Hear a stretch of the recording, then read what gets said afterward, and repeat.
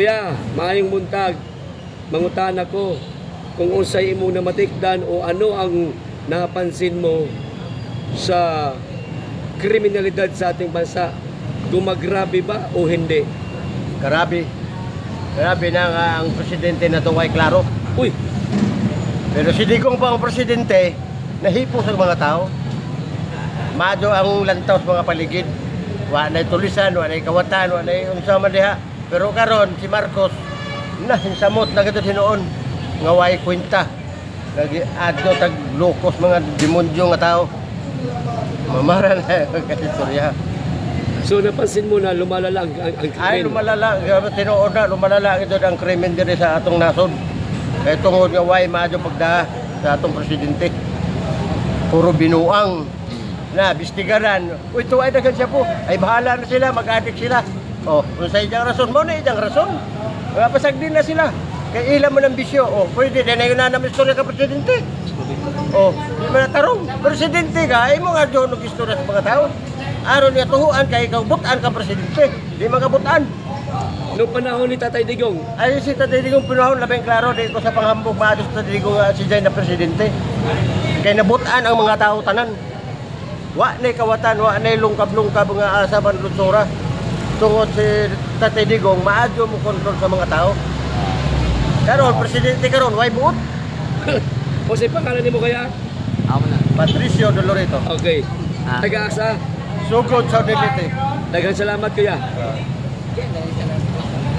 Survey lang ma'am.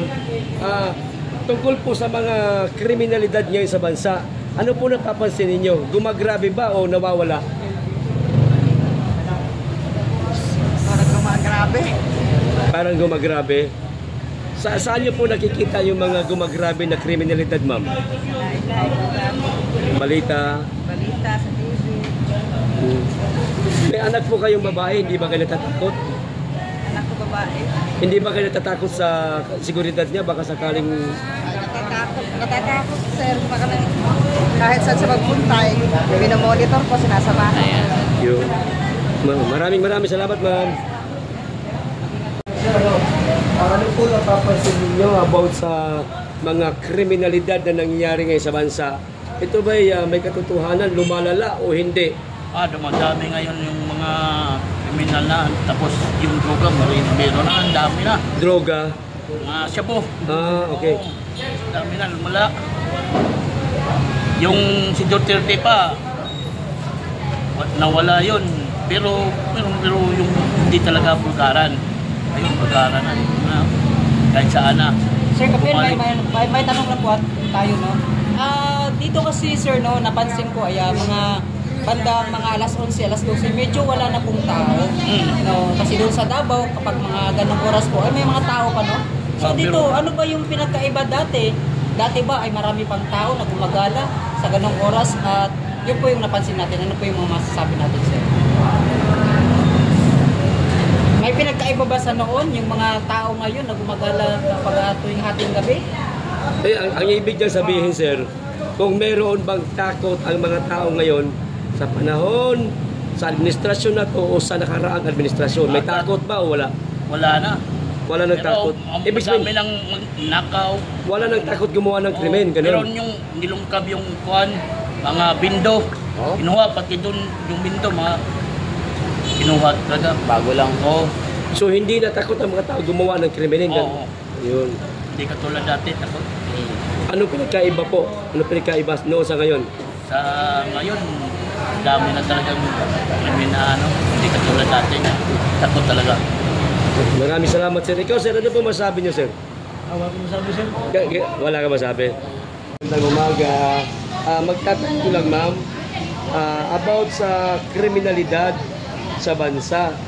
Kung napapansin mo bang lumalala o wala kang napapansin? Meron. Saan niyo po nakikita, ma'am? Dito sa Pilipinas. May nakikita ba kayo sa balita o post ng mga tao sa Facebook nila? Na ano? About sa krimen, meron ba wala? Meron naman. Tapos meron ba? Meron hindi naman masyado.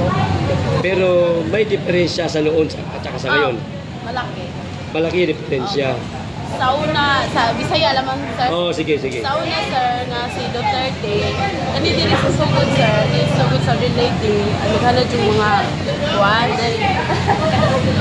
yan bang mga drugs ba? Sugod nga si Duterte, kuwan dyan sir, kanang dagan ng surgery, ano bang kapitol dyan sir, kanang safety na dyan ka mo kapabangkawan ng kalsada sir. Lahi na dyan na si President Duterte ang presidente. Okay. Itong tanong ko ma'am, walang bahid politika to ma'am ha?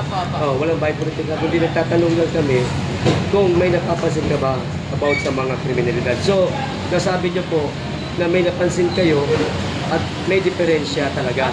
Malaking diferensya po. Lahi ra sa una, karon sir.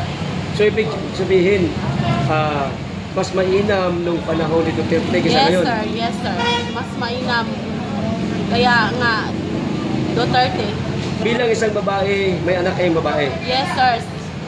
Siyempre natatakot kayo sa... Yes sir, sa safety sir. Kanang, para na mo sir nga mo, shifting me og night shift sa among trabaho.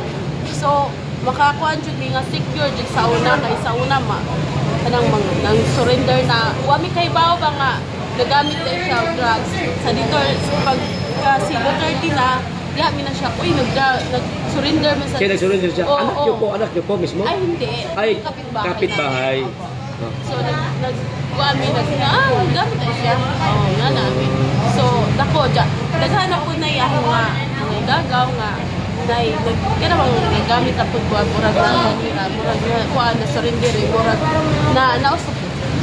Pwede magtanong sir. Survey lang sir. Ano pong napansin niyo sir? Bisaya sir, wala problema. Pwede man Bisaya sir. Ano pong napansin niyo sir? Sa mga napapansin niyo, ano pong napansin ninyo? Lumalala ba ang kriminalidad sa bansa o hindi? Ano sir? Ano sir? Kung lumalala ba ang... kung nagagrabe ba karon ang kriminalidad, patay, kawat, droga o dili? Opo sir. Grabe. Asan niyo mo nakita sir? Saan nakita sir? Sa Kana mga krimen sa balita, sa balita. Mismo sa Trinity. nga sa Dornin. Dire mismo sir, na ba kay mga napansin or mga napadulog? Mga naitabuan ng mga krimen dito sa Daghan. Awa. Tawo. So ni ang droga, pansin mo balik ang droga. Usay diferensya karon sa panahon na katong kay Duterte pa. Layo ra ka. Dapat sa rin layo ra kayo. Pag si Duterte pa. Naikahadlok ang tao. Oh, na. Kaya ang tao ko na ay mga sa Duterte pa. Pero pag sa paggamat ba? Pero sa walang Duterte, balik. Naikahadlok bubuhat ang tao. Salamat sir.